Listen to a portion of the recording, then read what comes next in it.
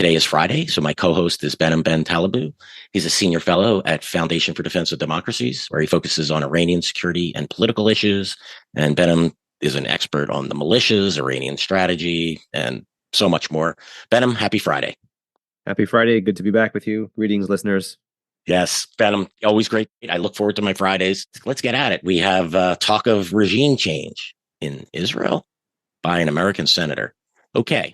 Reuters has an interesting report about a meeting between Hezbollah and Iran.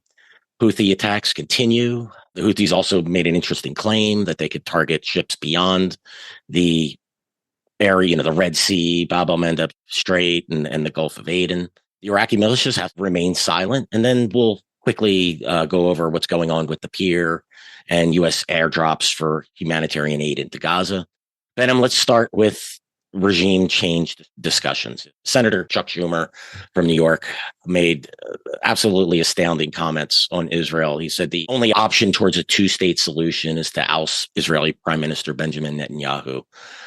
I just find it ironic, American politicians who worry about absurd, ineffective information operations on Facebook and the internet, Russian attempts to influence election, are openly calling for regime change, not with an enemy, with Iran, but with one of our best allies. What are your thoughts on this, Behnam? What is going on here? Is this complete madness or what?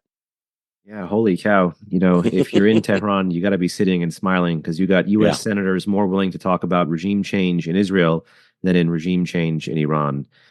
People who are too afraid of the Iraq example or so easily moved into the Russiagate online world, now applying all of those stops, talking about a major U.S. security partner in the region, and talking about that partner not amid a judicial crisis, which Bibi has had, not amid a corruption scandal, which Bibi in the past has had, not amid ongoing negotiations, which Bibi in his previous capacity has engaged in, but amid a war.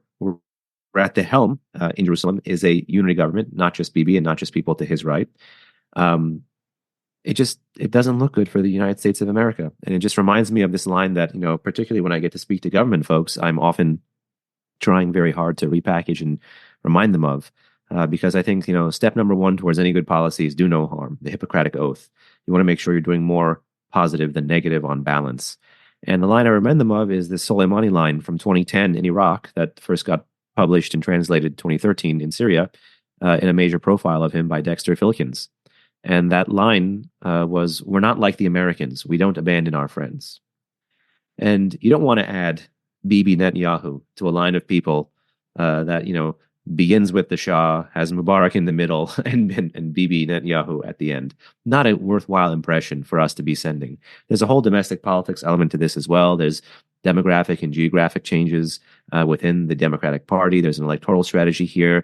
There's a thought of some folks saying all politics is local. There's another thought about folks saying all politics is fringe politics. He may be playing to fringe. He may be playing to different constituencies. Who knows? But I think regardless, it's a highly, and I'm being respectful, it's a highly irresponsible statement. And I will tell you, one can have qualms with the way Israel has prosecuted its military response after the October 7 terrorist attack. There are respectable ways to have those conversations, particularly between nations which have such deep friendship like the U.S. and Israel. But also, we should really beware of those who use their criticism of anti-Israel and anti-Semiteness as merely, they kind of sugarcoat that as being anti-Bibi, and this has afforded their anti-Israel and anti-Semitic views. And I'm not throwing those words around lightly. I'm the last one in Washington to throw around these fingers. But all I'm saying is buyer beware that folks who have had these views are now candy coating it in a view that is much more palatable, which is the anti-Bibi view. And that's not at all what I'm saying about a major, critical, historic Jewish American senator from the state that I grew up in and lived and had the honor to live in until I was age 18. That's not what I'm saying. But that statement that he said can provoke more of this thing that I fear. And again, I find it to be more hurtful than helpful. I agree. And, you had noted, Behnam, that this is a unity government. And one of the people, I guess, the darling that seems to be emerging amongst the Democratic Party seems to be Benny Gantz, right? And he's a member of this unity government. Now, did anyone really believe that if he replaced Netanyahu, that things would radically change, that he wouldn't be under the same pressures and demands for an operation to finish off Hamas in Gaza? If Gantz really was against what was happening, he has the option to resign. It would send a massive message to the Israeli establishment, but he hasn't. And I don't think, this dislike for Netanyahu, which began years ago, and some of it's understandable. Look, I don't profess to be an expert on internal Israeli politics. There was recently an article out, I think within the last week, I want to say, where aides or people close to the Biden administration were saying there's a visceral dislike of President Biden to Netanyahu. And this reminded me of Biden's, announcement of the withdrawal from Afghanistan. He also had a deep dislike of Ashraf Ghani, the last president of the government of Afghanistan before the Taliban takeover. I have to wonder how much this administration or Biden are influenced by their personal dislikes versus the actual policy itself. And if it was only this simple, if it was only as simple as let's get rid of Netanyahu and all of this will fix itself, I have a feeling that's far from the case. Particularly if it was a statement made about the peace process. I think you read that and it gave it some pretty important context that, he's saying this as someone who wants the two-state solution. I personally think regime change in Iran, a country that has, or a regime, the Islamic Republic, which has impeded the entire quest for the two-state solution by playing on downtrodden and dispossessed Palestinians. The Iran-Hamas relationship, even though PIJ, which is newer than Hamas and was formed much more so in Iran's image, and now we're getting into proxy world here, the Iran-Hamas footsie began post-Madrid or amid-Madrid, the first of these series of peace process conversations, when Iran realized through some arms and through some stoking and ultimately through material and political support, it could use disaffected Palestinians as a spoiler. So understanding that linkage and dealing with that rather than, this point of finger at a partner who you don't like would be much more productive. But I don't want to get too far into it. No, that's fine. I'm going to ask two rhetorical questions here. You have no obligation to answer. And then we'll move on. Is Senator Schumer talking about regime change in Gaza? Why not Hamas? What about its responsibility in this war? And why is it that if you mention regime change with respect to Iran, you're a neocon warmonger, but if you mention regime change with respect to your ally Israel, who's in gone to war only because it was forced to after 1,200 of its citizens were murdered horrifically, and hundreds were kidnapped, and more than 100 still being held, you're a hero. I'm sure I know you can't answer those questions, Behnam, so we'll move on. Well, actually, here's how I'll go for it. I won't answer it, but I'll footnote it, or I'll put an exclamation mark next to it, or I'll underline it 3 times imaginarily. It reminds me of this Persian saying, which is "harf hisab jawab nadare," which means the weighty words or the cost words or the words that convey weight have no response or require no response. So what you said were some weighty words, and they require no response. Our silence, the listener's silence, my silence up until now when I ran my big mouth again, is proof of how important what you said was. Yeah, and Behnam, I think I have you on you're my co-host on Fridays just for your Persian statements of wisdom. I really enjoy them. So my family actually listens to this podcast, and my mom says, "Why do you find the need to just stretch everything to the point of where you can weave in one of these maxims?" But I was like, that's an art. It's because I love it. So that's what, Mom, if you're listening, that's why. So, Behnam, this morning, Reuters published an interesting report about a supposed meeting between Hezbollah officials and Iranian officials. Tell us about this. What's going on here? What's the import? So the headline essentially read as a proxy trying to assuage, take care of, tamp down, placate a patron. In essence, the Reuters story, which is again very highly sourced, there are about 6 or 7 sources the Reuters piece mentions about a meeting between Ismail Ghani, the commander of Iran's Islamic Revolutionary Guard Corps Quds Force, and Hassan Nasrallah, the Secretary General of Lebanese Hezbollah, essentially with the Hezbollah telling the Iranians, listen, if there's a conflict, we got this. I'm giving you the kind of condensed Brooklyn version of both the story and the commentary that came from the story. But this is coming a bit about as, there has been no Ramadan truce. There has been no Ramadan ceasefire. The more successful Israel is, we're 2 out of 3 in terms of big cities in Gaza. If they go north, and the deterrent situation there is changing on a daily basis. The weapons both sides are firing is changing on a daily basis. The target set geographically is changing on a daily basis. This is 2 of 3 of Herman Kahn's types of escalation. So this is textbook definitions of escalation, even though both sides have kind of hinted that they don't want to escalate. If Israel does feel the need to engage in more deterrence by punishment, and if Hezbollah does continue to broaden the kind of targets that they're firing at and use different weapons, use heavier weapons, more longer range weapons, more precision strike capabilities, what have you, or perhaps, God forbid, diversify and go more into the maritime domain. They could take the strategy that Iran created in the Persian Gulf and Strait of Hormuz, that the Houthis have perfected now in the Red Sea and the Bab el-Mandeb, and then add in their capability to mess stuff up on the Eastern Med. That really would require a multi-domain response, perhaps not just by the Israelis, but other forces in there as well. So it is amid all of this talk of a wider war, of a matter of when, not if, Israel is going to have to go into Lebanon, that, of course, Iran is worried because Lebanese Hezbollah really is the crown jewel in terms of the proxies. It is a proxy that has helped Iran train militia forces in Iraq, in Iran itself, in Syria, and, of course, in Yemen and in Syria. The decisive entry of Lebanese Hezbollah in 2013, fighting conventionally alongside the Syrian army, supported by irregular paramilitary by Iran, as well as later on Russian air power after 2015. This was a very toxic, powerful combination that allowed Assad to remain in power literally to this day, up until 2024. So all of this aside, is Iran is trying to figure out thresholds for its own potential involvement, more direct involvement in any of these conflicts. You've seen a wind down of some of the Iraq and Syria attacks, but you've seen a wind up in terms of the Houthi ones in the maritime domain. And the big question mark is not the ones affecting the Americans, Iraq, Syria, less so Jordan, not the ones affecting the global economy, the Houthis in Yemen, but the ones directly with the knife against the neck of the Israelis themselves, Lebanese Hezbollah. What will be the fate? What will be the status of that?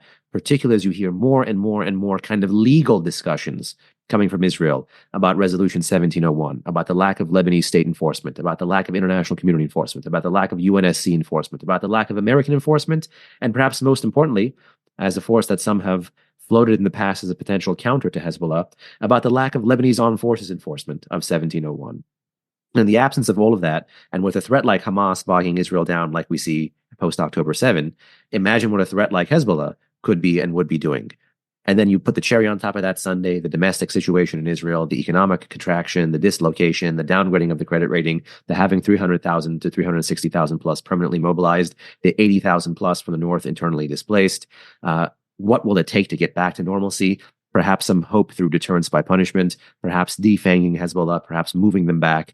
And it is amid this entire category that Iran may try to say, at what degree is Israel going to respond to save face, to move its citizens back to the north? To what degree is Israel going to be defanging Hezbollah? To what degree do I need to resupply them? To what degree do I need to activate more proxies to get involved, to save them? And to what degree, if they're going to get curb stomped, do I have to more overtly intervene? And these are all more questions than answers. But the fact that Lebanese Hezbollah is telling the Iranians to calm down may mean that they have some read as to the Israeli comfortability or the Israeli threshold or the Israeli political will to carry out a campaign that may not be a third Lebanon war, but that may be something more limited. Yeah. And, on that last point, with, Senator Schumer's comments and the Biden administration's discussion of red lines if an operation occurs in Gaza, in southern Gaza and Rafah.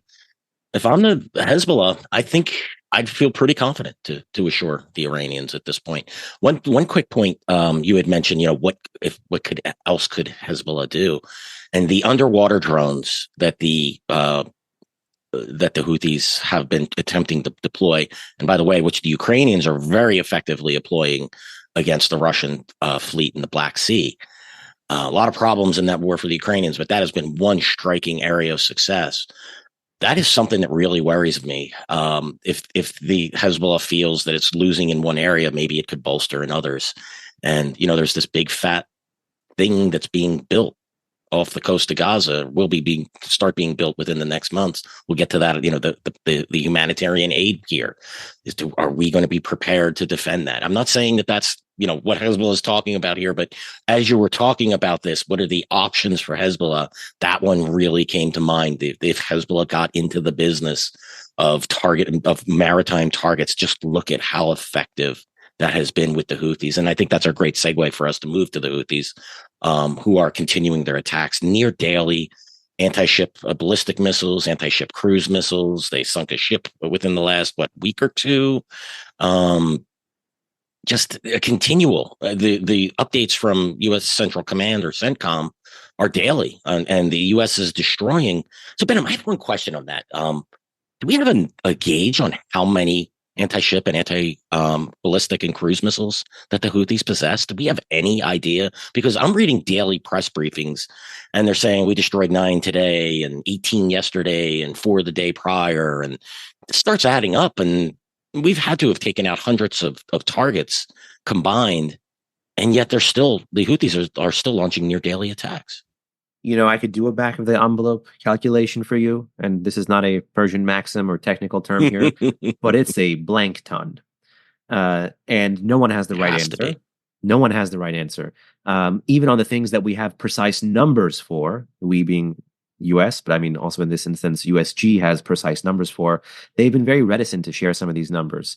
Every year, for instance, a lot of the Iran-related numbers that you see come out in, detailed kind of database-style reporting, whether you look at IISS, military balance, or whether you look at Jane's. I think these are more rounding errors now for what the capabilities these countries have, Iran's ability to surge in terms of the production. There was one time, for example, former CENTCOM Commander McKinsey talked about back of the envelope number, I think 3 to 4 or 3 to 5,000 for short range and medium range, just surface to surface, just ballistic for Iran. That was 2020. I think that was much more on the low end than what already exists. The Houthis, again, had an arsenal. The Iranians augmented the arsenal. There is both in-country kind of welding, in-country production, in-country assembly, as well as things that they may get from the Iranians in whole systems that come in different parts. It would be impossible for me to really give you a number. I would not be shocked if you look at their entire anti-ship arsenal and you don't have a very, very, very, very low 3 or 4 digit number, a very, very, very low 4-digit number. So I would say 1,000 plus. Yeah, and that's really that's the number in my head is thousands, right? Because we've destroyed hundreds and they've launched hundreds, and I am not seeing I'm not seeing them, at least at this point in time, ceasing or drawing down attacks. They seem to have a pace to these. So that's what leads me to believe thousands as well, Behnam. Yeah, that sounds about right. And the Iranians, it's a good investment. They should, if I'm the Iranians, I keep sending them. I send them everything I got because these systems, the Houthis are willing to take the blows, which aren't really, again, I think my biggest complaint with all this is we're not targeting Houthi military personnel who are launching these. They should be hitting the barracks where they stay, should be hitting the command centers, and we should be targeting Houthi leaders as well, because you could replace weapons, but, capable individuals who know how to find, and also, by the way, the Iranians advisors that are there as well, and engineers, they need to be hit as well. But the U.S. likes to go after things and not people these days, and it's a big mistake. And that's I think a big reason why this targeting of the Houthi targeting continues. There are some things that could be hit. It might be a question of resources, or I think more realistically, resources for ISR. So more ISR, but more money and more capability and more time for that ISR, which is the vast majority now of things being fired are anti-ship ballistic missiles. Yet we've gone for some things that are a bit smaller. And for the ASBMs that they have, you need the TELs. These are copies of, Iranian variants of single-stage solid propellant short-range ballistic missiles that the Iranians have retrofitted with, seekers, radar homing, or electro-optical, and that's what's gotten the targeting a little bit better over time. You have to basically fire something that goes high and fast at a already fast-moving target. There are lots of targeting challenges there, but more of the story is that you need a TEL for this. So what... as hard as it is to have a number on the missiles, what is the number of the launch vehicles? I don't mean just like truck-mounted stuff for these smaller drones, the Waid drones, which is, their version of the Shahed drone, even though Delta Wing drones were first seen in Yemen before they were seen in Iran. But that's a different story. To get the stuff that goes the furthest, what do we need? What do they have? Why are we firing at the things that are the undistributed middle between the people that launch them the weapons that are themselves being launched, and the infrastructure that houses them. The connective tissue there is the TELs, the transporter, erector, launcher. If there is one sensitive piece of this entire chain, it is neither the missile, nor the people, nor the warehouse. It is the TEL. And I know that is an act of God to have to spend the people in NSA and anywhere else and doing SIGINT and IMINT and the other people taking in the live data from the increasing but still limited ISR we have there are probably like, God damn it, this guy's going to make me sit here 48 hours a day to make me find one truck, Right. or one thing that looks like a truck. But that is going to be the key. And like with all intelligence work, it's never the sexy, shiny object. It's never the smoking gun. It's the daily collection, the slow, steady trudging through of boring, mundane things that allows you to establish patterns and trends and find what is the diamond in the rough and to find these pieces. So that's, my piece of advice to USG on this. And there is no winning with it, but we can make the investments now to hurt them the most. I just got back from CENTCOM down in Tampa the other day, and I know they are working hard on this on solutions, and this really is a big one for them. It's a big problem for CENTCOM, and I know the people down there again working real hard to try to get to these problems. I think of what you're saying, and if I'm listening to you, I'm thinking of like an air defense system, right? You have a lot of launchers and the missiles, but if you want to get the key item there, go for those radars or hit that command truck with the guys that are actually launching those missiles. Those missiles are useless if they can't be guided. And I'm sort of making an analogy there. I don't know what No, I think that's the perfect analogy. And you just reminded me, because you said like an air defense system. Remember a former FGD colleague, and he was doing a lot with you at LWJ as well, Patrick. Yes. Patrick McGann. We looked a lot at the S-300. When the S-300 was finally given by the Russians to the Iranians, this advanced surface-to-air missile defense system that had essentially 3 different units. And obviously, we came to that conclusion. We talked about what weapons would be good for suppression of enemy air defense, destruction of enemy air defense, the integration of this with the patchwork of foreign and domestic SAMs. But again, all of this stuff makes the Iranian sound 10 feet tall, but you can lock onto that one truck, that one radar truck, that one that does the targeting. You can confuse them with electronic warfare and then go after them and neutralize them with a JDAM or something. It's game over for the whole system. So that is the application of this theory. Yeah, maybe if those ships that are providing intelligence from the the Red Sea and the Gulf of Aden, the Iranian intelligence ships, maybe if they were taken out, that would help things too. And again, we just why do you think we were either, I wouldn't say, I don't want to put me and the regime on the same page, but like, why do you think I laugh? And I'm sure the regime itself is also laughing when you have a lot of American analysts, some who have lived through, again, the Iran-Iraq war in the 80s, talking about America is going to go, or America should go and hit all the oil vessels at Karg Island and the oil tankers. So it's like, we're not even targeting the one ship that's the mother load of this. And there was one alleged story of a cyber attack. If we're not going to go kinetic on this, what in God's name do you think we're going to go kinetic for? And this is the Middle East, which still the definition of an interest is what you will kill, fight, and die for. It's not a recommendation to kill, fight, and die, but the definition of an interest is what is worth it. And if we will not establish to the adversary, let alone to the American taxpayer who needs to know what is worth it, because for the American taxpayer, they see the region as a junk bond. I don't want to say rightly or wrongly so, but we haven't delivered the goods. And more importantly, DOD is behind the cost curve on trying to get rid of these Houthi munitions with, $2 million, I don't know how many $1 million SM2s and, what kind of Tomahawks and other kind of capabilities we're firing at the Houthis on land and still not crippling this network. Yeah, it's absolutely. And look, this is, to me, isn't a military problem, although the issue of what we're using is really, watching the war in Ukraine, right? The use of drones to take out systems. And yet you just said it, we're using $2 million weapon systems per hit to destroy launch sites. Now, maybe some of them were using JDAMs, still hundreds of thousands of dollars on those bombs, right? Or tens of thousands. It's not the people, sometimes I think what we talk about here gets confused with, I think some people in the military may get upset with us.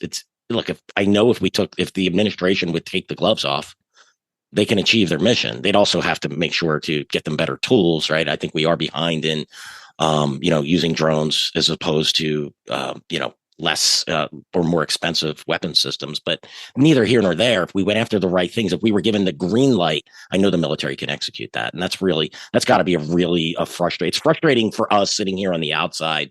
I could just imagine being on the inside, sitting there as an analyst and going, I need to hit this, this, and this. And they're like, oh, no, you can't do that. You could hit this, this, and this, but that's off the list. And the point that you made, what we're not doing, what we're not hitting sends a far bigger message to the Iranians about our wills and our capabilities than what we are hitting.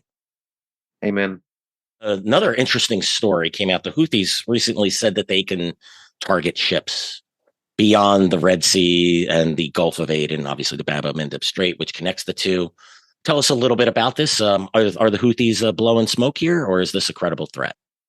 Like all great things, there's some smoke and there's some credibility, and it's just the lines for the two. And I'm using the word lines there carefully because there's no lines in the ocean that precisely tell you where the Gulf of Aden, which follows the other side of the geographies you painted, where that formally ends in the Indian Ocean, which, the Gulf of Aden is part of the entranceway to the Indian Ocean, where that begins. So the way I look at this is the Houthis are signaling that they can escalate in terms of geographic distribution. Now, it'll actually be harder for them to actually launch more hits, to actually land more hits, I should say, because it's going to be you're going to have a wider distribution radius of what you need to be firing at. There are more ships concentrated in a smaller position in places like the Bab el-Mandeb and the Red Sea, which is traditionally what makes them choke points. Firing at oceans, that's the stuff like Battle of Midway. You need the big lumbering kind of conventional architecture to get you across these geographic bodies and then pose a credible conventional challenge once you get to the other side of it.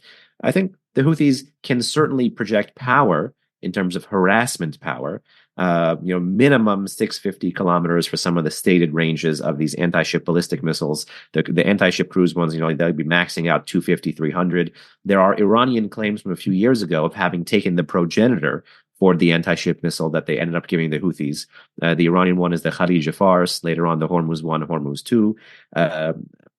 Both built off of the Fateh 110 system. The ones that the Houthis have been parading in 2022, 2023, particularly the ones with the finlets and the seekers that look like the Iranian copies of the ASBMs, they call those the 10 keel. I would lock that in about 350 to 650 kilometers. So instead of firing it from northern Yemen or from southeastern Yemen, if they are southwestern Yemen, if they're able to go further into the south and southeast, which, by the way, that's AQAP territory, and there is an entirely different movement there with the Houthis and AQAP. To what degree does AQAP give them permissive jurisdiction so long as they're firing at someone they don't mind being fired at? Raises all these other questions. But if you manage to somehow, putting all of that aside, go to the southeast, yeah, you can target the entranceway of the Indian Ocean. I don't think it's going to be as effective.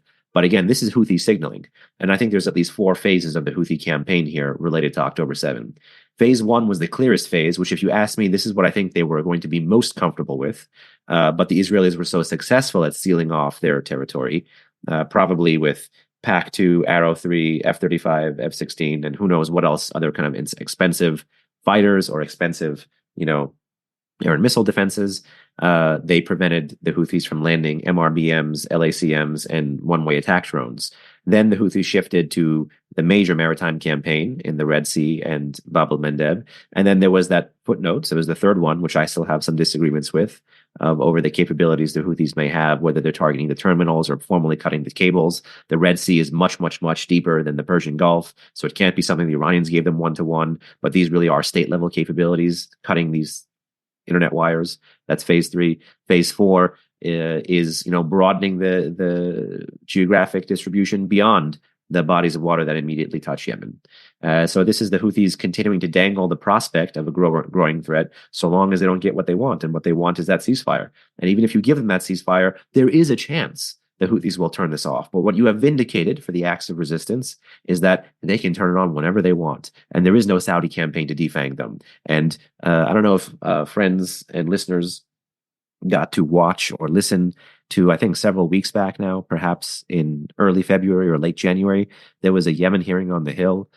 Someone whom I respect and who is such a gentleman and a scholar, and every time I've met with him, I've learned a ton from him. Ken Pollack, now at AEI, he was testifying at, I think, the House Foreign Affairs Committee, Middle East Subcommittee on Yemen, and he devoted a lot of his time to the need for some kind of local armed force on the ground, that this is fundamentally about territory and the territory they control. And we will be dealing with the symptoms. And whatever the next manifestation of the symptom is, if they went from trying to target Israel to targeting the Red Sea to targeting internet cables to now targeting the Indian Ocean, who knows what the next one will be. And this entire thing is brought to you by old world politics. They control territory. They can extract resources from the territory. They can make alliances from the territory that they control. They got a state patron. They got bigger territory. They're a bigger fish now. And if you vindicate the political strategy to which they're applying military ends towards, give me a ceasefire, I'll stop firing on you, then the question tomorrow is, if we even care about strategy and anything beyond an electoral cycle, what else am I going to be firing these things at? What are they going to ask for next, right? Exactly. What are they going to demand next? It's safe haven. I mean, it's true for terrorist groups. It's true for states. We like to call the Houthis a militia or a terrorist group or this or that. The fact is they run all the trappings of a state and they have a military.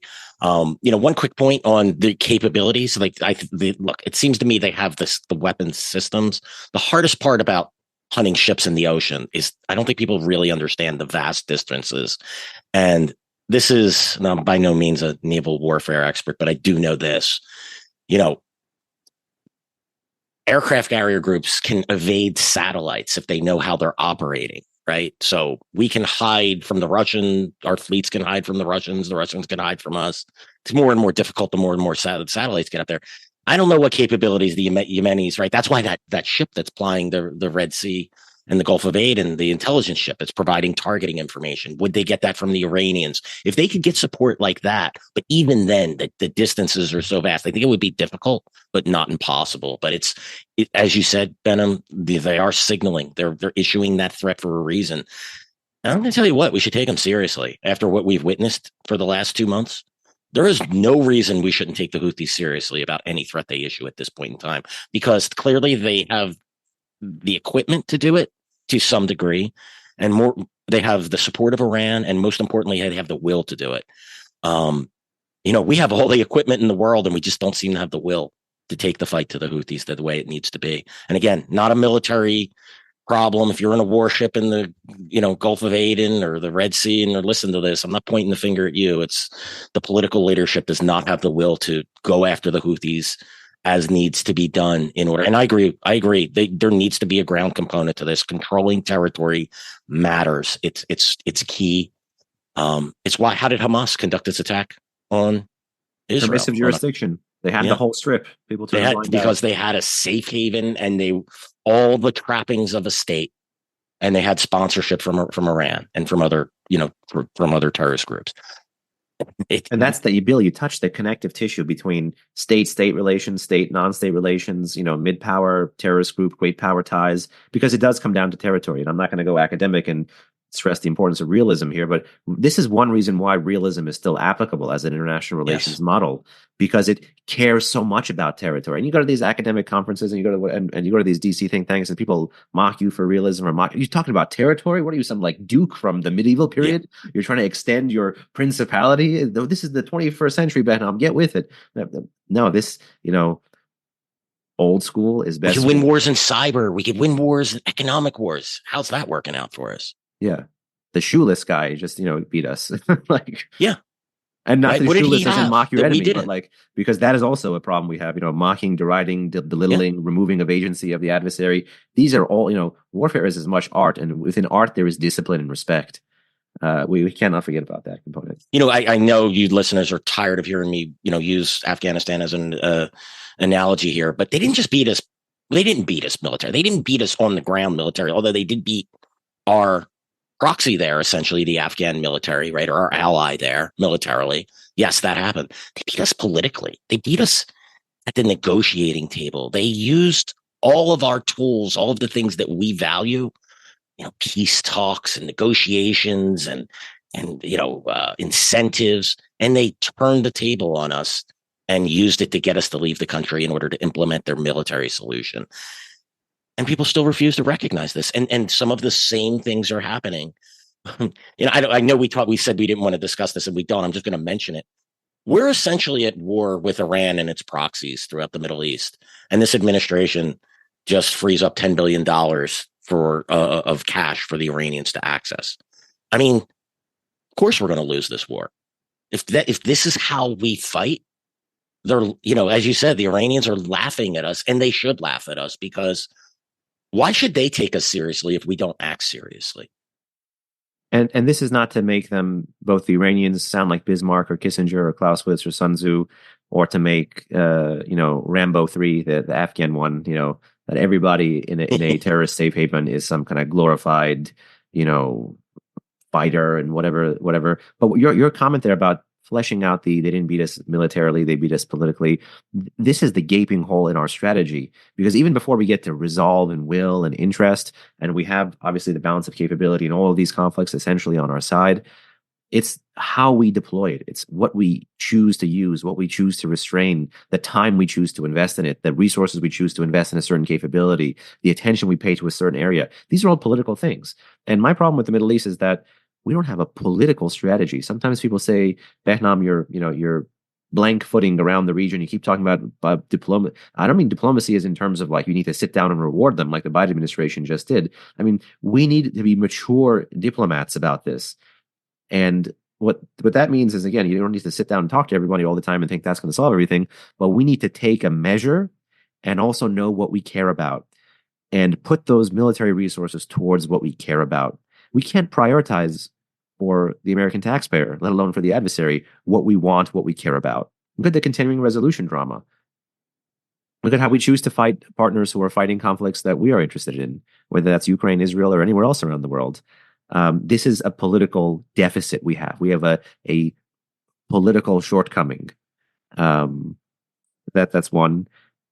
And I think I'll hold off on the other. But there's a real political problem. Yeah. And Behnam, I don't pretend to speak for you. I'll just speak for myself here. It's not just a problem with one party. It's a problem I see with both parties. Yeah. This is a bipartisan problem. We don't have a coherent foreign policy that I can tell, at least not one that's been executed by both parties since, I don't know, 2 decades now, maybe. Am I being too harsh, or am I being too kind? But it's really hurting us. Well, look, Behnam, let's finish up on, I'll just mention it real quick. The U.S. is going to build a humanitarian pier off the coast of Gaza. It's a lot of questions about this, but one of the things, what have we learned since this was announced last week? The U.S. has some ships. They're in transit to build these. It's going to take about a month for them to get them. I think they made headway this week. I think they're off the coast of like North Carolina right now. So about a month for them to get there. They're slow moving ships. I watched something on this. They move around anyway. I think they have to move around 11 knots, or about 11 and a half miles per hour. It's quite a ways to go. Meanwhile, and then that's just to get there. And then it's going to probably take weeks, if not a month or more, to assemble. We still don't have answers on how this is going to be secured. The Biden administration says troops won't be on the ground. I don't know how you connect a pier to a beach without someone stepping foot on land, but I guess we're going to find out. I find this one to be very difficult to believe. And who's going to secure this thing? The Israelis would be crazy to do it after what happened a week ago, which we're still trying to sort the facts out.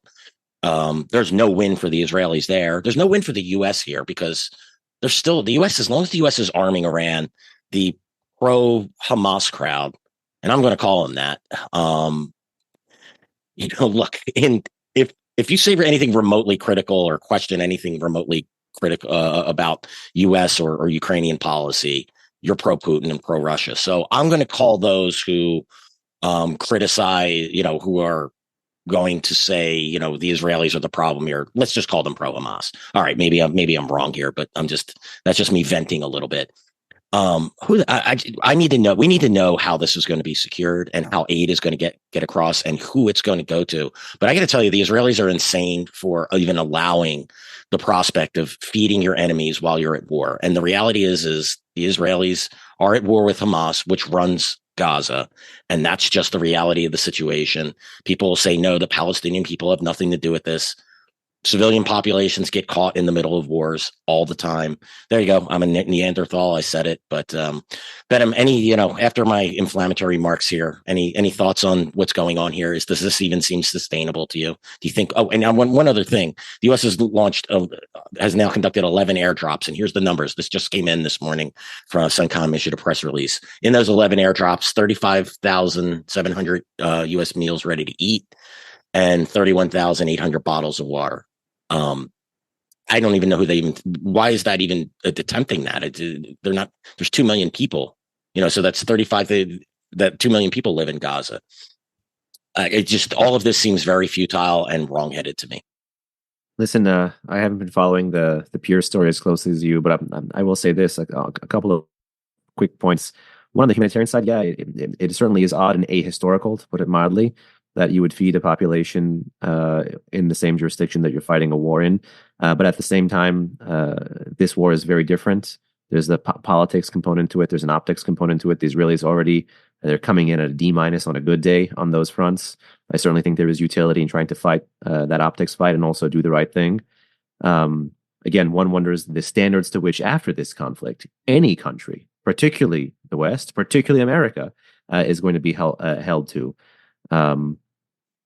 Let alone the tactics or the capabilities that will be able to be made possible or not possible, or the arguments by opponents of a conflict that will be able to have an audience precisely because of this kind of stuff. So again, the humanitarian impulse, bless them, this comes from the right place. Everybody understands that, Israelis, Americans, Arabs, whomever. But war is hell. And that's why everything should be done to prevent a war. And that's why stemming conflict, even through limited and judicious use of military force, doesn't make you a warmonger. It makes you someone who understands how much hell war is, that you don't want it to come to this day, where even the prospect of feeding someone has to come with, is this going to look like a Normandy beach invasion? Or does it look like what happened with either the US or the Jordanians or the Qataris? I don't know who it was, where even food airdrops are killing people. So what a tragedy of errors.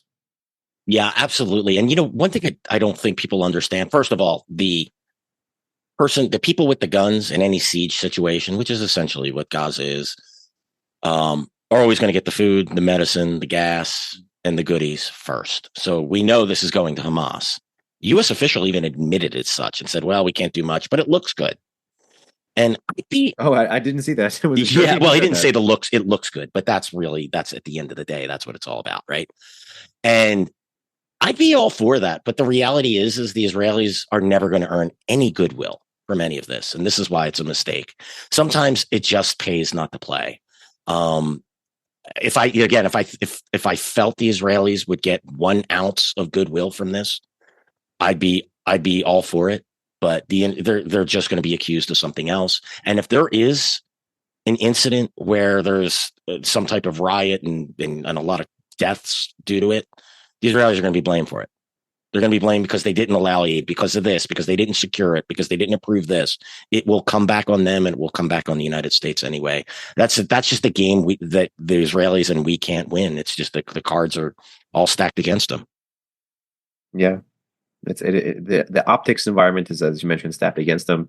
What I will say, though, also for the prospects of whatever else may come down the pike in Gaza or whatever other kind of military conflict the Israelis may have, it's good for like a running list of these things that seem ahistorical and definitely unstrategic to be documented. If I was an Israeli, I would certainly be documenting this. And to have it as like a running list of the things they've done that is odd or ahistorical for a war zone, particularly a modern war zone, particularly an urban warfare war zone, which, if they were wise, could be used in other ways. I think that would simply be good to have of, here's the things we've done. Not even to compare it. I don't like, quite frankly, the comparisons to Mosul. I think that's quite unfair. Yes, absolutely. And different too, but also unfair.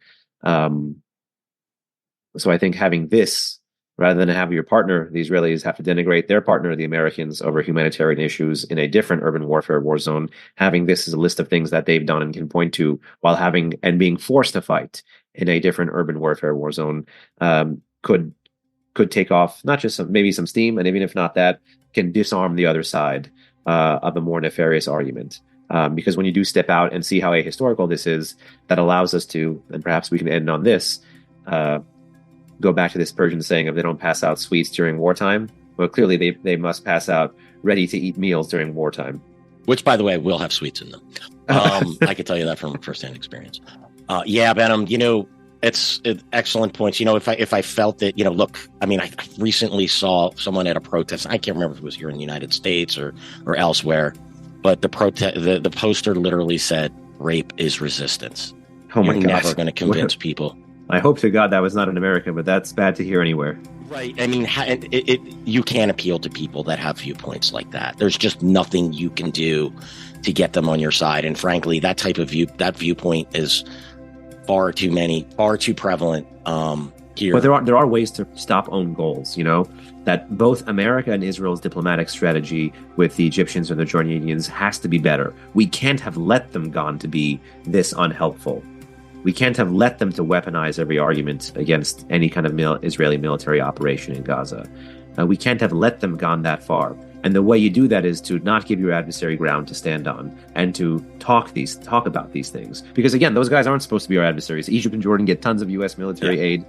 They're supposed to be countries that have, and indeed still do, knock on wood still, their peace agreements with the Israelis. They're supposed to be the cornerstones of the pro-American order in the region. So when they start going off and you have no diplomatic strategy towards, and again, the imperative of diplomacy, you need to, one, do no harm. Make sure you're got to triage your own side. And I think this can go a long way to potentially triaging their own side. But the optics of setting this up on the beach and not touching the beach, and God knows. Yeah, absolutely. I agree with you. The diplomacy needs to be better, and it would just be helpful if people just didn't say such harmful things, but they're going to because they're playing to the crowd. Well, let's end it there. As always, great having you on Friday. I enjoy these conversations, and I greatly look forward to it. Thank you very much. Thank you. Pleasure. And have a great weekend. Also to you, the listeners, everybody enjoy the weekend. It's getting warm here on the East Coast, and I'm looking forward to getting outdoors. Thanks, everyone, for listening to today's episode of Generation Jihad. Just a reminder, you can listen to us on YouTube, Apple, Spotify, and anywhere else you listen to podcasts. Please subscribe to Generation Jihad and leave us a review, preferably a positive one, but only if we earned it. Thanks again, and we'll see you all again real soon.